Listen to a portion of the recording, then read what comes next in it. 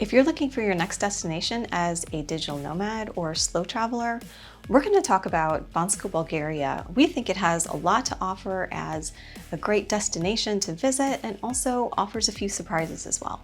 Now, from cost-effective living to some incredible outdoors adventures, today we're going to talk about 13 different pros to help you decide whether Bansko should be your next destination.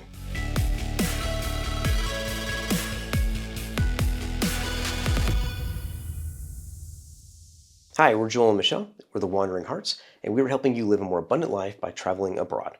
Now, we've actually been traveling full-time since 2019. So today we're going to go over some of the pros that we think will help you decide whether Bansko should be on your list. So now we first heard of Bansko, Bulgaria from fellow YouTubers Kristen Wilson and Johnny FD, and I think it was like back in 2018. So since then, it's actually been on our list of places to go, especially when we first started our slow travel journey. Now, you actually may have also heard of Bansko from the fact that there's a Nomad Fest there that's held every single year. Mm-hmm. And we also attended that as well in 2022. Yeah, in 2022 we got to go there. Yeah. So, I mean, now you don't have to be a digital nomad to actually be able to enjoy Bansko. We know a lot of other slow travelers that, even like ourselves, actually, that have spent time there. In fact, we've actually lived in Bansko the last 3 summers. So give you an idea how much we actually do enjoy it.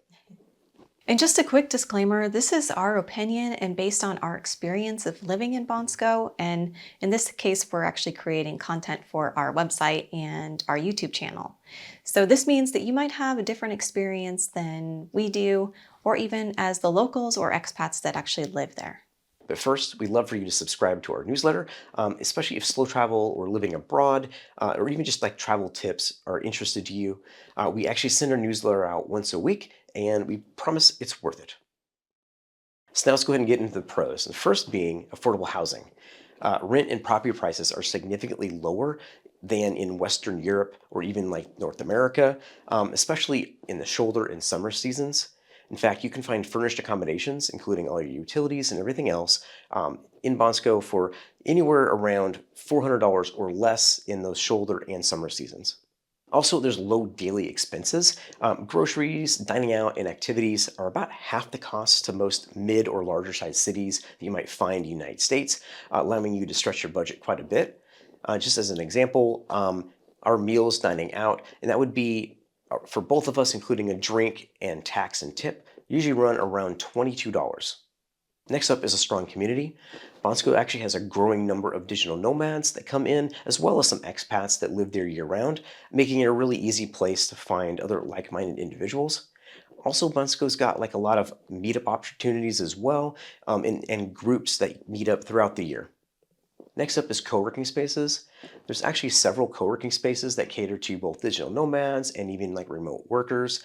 They provide basically good networking opportunities in a really good productive work environment, as well as some socialization. An example of this would be like co-working Bansko, Allspace, or even Nestwork.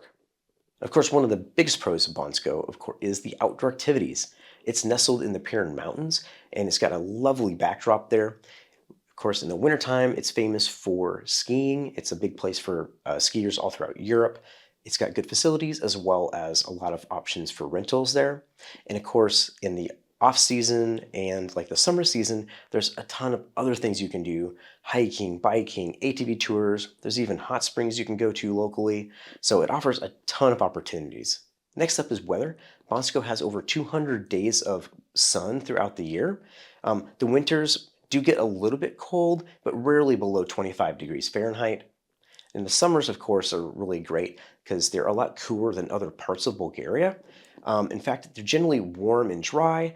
However, the last few years, they have gotten a little bit hotter, where we've seen a few more days above 90 degrees.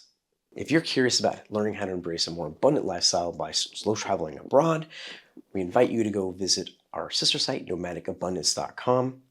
We're creating a wonderful hub full of resources, guides, and even exclusive content just for our members, all aimed to help you make your journey into the slow travel lifestyle as smooth as possible. Next up is reliable internet. So Bansko has really strong connectivity, especially in the co-working spaces.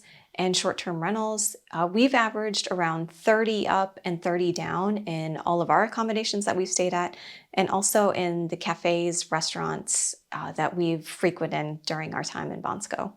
So that leads us into our mobile network. And in Bansko, we have really good mobile coverage on our phones there. We get 4 and 5G. And even when we've been hiking in the Pirin Mountains, we've had like 5G coverage. So we've encountered really good cellular service throughout all of Bansko. Another reason we like Bansko is because of the rich cultural heritage that's there. There's a lot of traditional culture that you can find, plus modern amenities. The Old Town has a lot of history, and it's super charming to walk around with all of the Ottoman-style buildings. And there's also traditional cultural experiences that you can partake in as well, which we did. Last year, we did the Bavardeshka. Another reason we like to visit in the summer is because of all the different festivals and events that you can attend in Bansko. There's events that go all through the summer, and our favorite is the Pirin Rock Festival and also the Jazz Fest. Next up is safety, which we get a lot of questions about while we're traveling abroad, and we always feel safe when we're in Bansko or even Bulgaria, just walking around.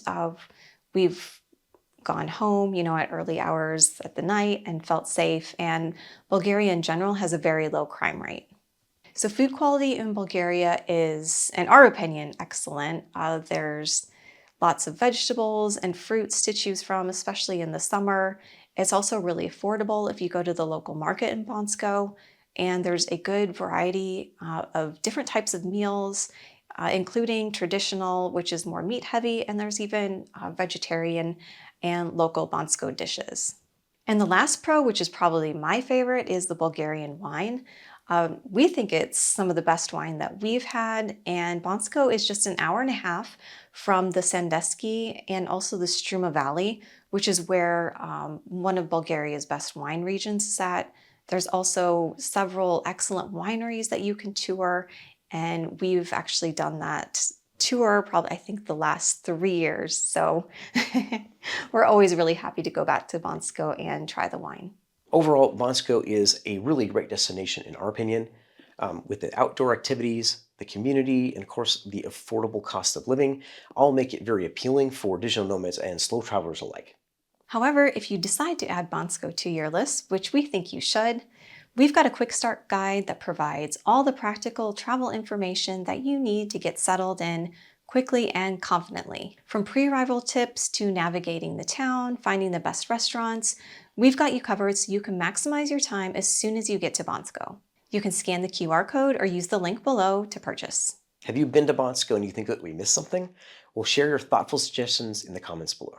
And to learn more about Bansko from our personal experience, you can head over to our website, wanderinghartz.com, or also check out more of our videos. We have spent the last 3 summers there, so we've got lots of content for you to check out. If this episode has helped you, make sure you give it a like and subscribe to our channel if you haven't already done so. Happy wandering! Happy wandering!